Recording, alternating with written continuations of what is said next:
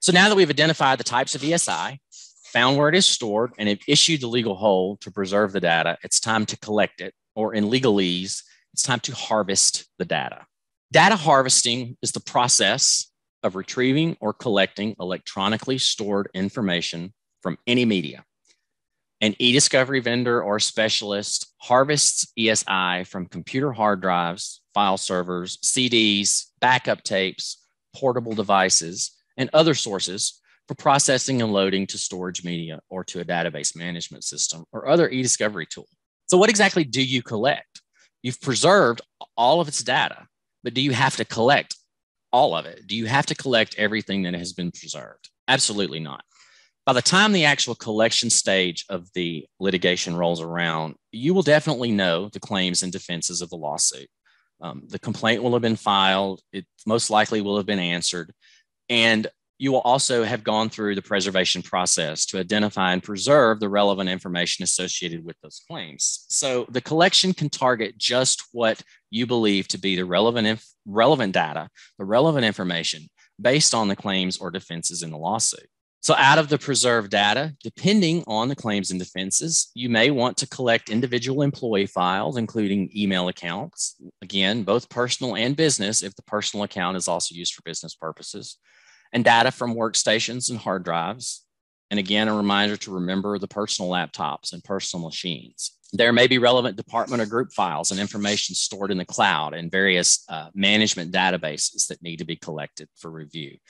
And don't forget about the backup media. Files backed up to archive servers or tapes may very well have relevant information that needs to be collected and reviewed. At this point, you should have done interviews with the data custodians to determine exactly where all of the relevant data resides.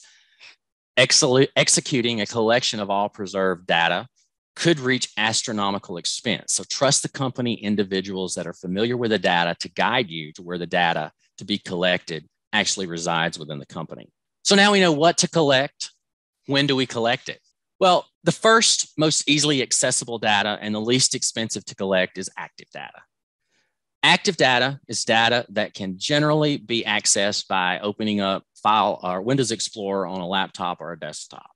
It's stored on a hard drive or a server and is immediately available for download and collection. Active email accounts, for example, are the quintessential active data. After the active data has been collected and is complete, then turn your focus to the archive data. The archive data is the data that's been backed up and likely removed from the active servers and has been copied to removable hard drives or other storage media. This is always less accessible than the active data.